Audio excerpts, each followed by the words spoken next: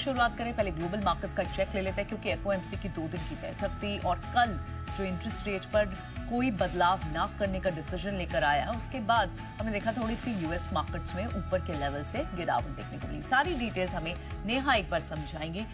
इस global setup के बीच हम इनफैक्ट गिफ्ट निफ्टी को भी देख रहे हैं जहां पर 78 पॉइंट्स की आपको सॉफ्टनेस दिखाई दे रही है। पर हुआ क्या एक्चुअली? बहुत हद तक लार्जली प्राइस्ड इन था, पर बाजारों ने फिर भी रिएक्ट किया नेहा।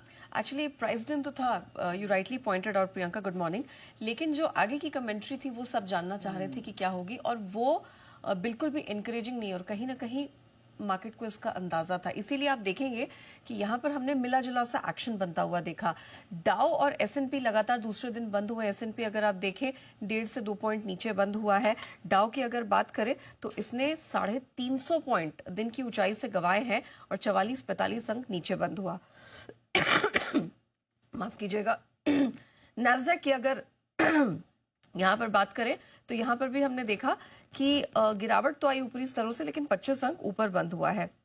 आज अमेरिकी मार्केट्स यहाँ पर बंद रहेंगे क्योंकि जून 10 के मौके पर जो उनका नेशनल इंडिपेंडेंस डे जिसे कहते हैं वो उसके उपलक्ष्य पे अमेरिकी बाजार यहाँ पर बंद रहेंगे।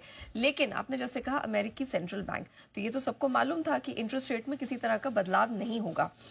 लेकिन जो आगे उन्होंने कहा है कि जो ट्रंप नीतियां हैं उसके चलते यहाँ पर ग्रोथ को लेकर जी नेहा की तबीयत थोड़ी दिनों से थोड़ी सी खराब भी चल रही है, लेकिन मैं फिर भी कंप्लीट जस्ट कर देती हूँ इसको। Thank you so much.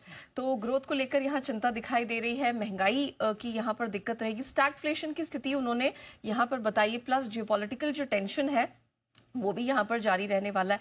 तो ये सारे फैक्टर्स हैं, और प्लस देखिए ईरान इजराइल के बीच में जो युद्ध है 7वें दिन अब कंटिन्यू रहेगा और कोई अच्छे बयान नहीं आ रहे हैं। अमेरिका की इन्वॉल्वमेंट यहाँ पर आगे बढ़ती दिखेगी।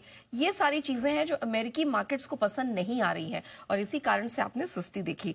डॉलर इंडेक्स 98.5 के नीचे बना हुआ है। कमोडिटी मार्केट की अगर बात करें, सोना तीसरे दिन फिसला है, कच्चा तेल $76 के पास है, और नेचुरल गैस अगर आप देखें 2.5 महीने की ऊंचाई पर है।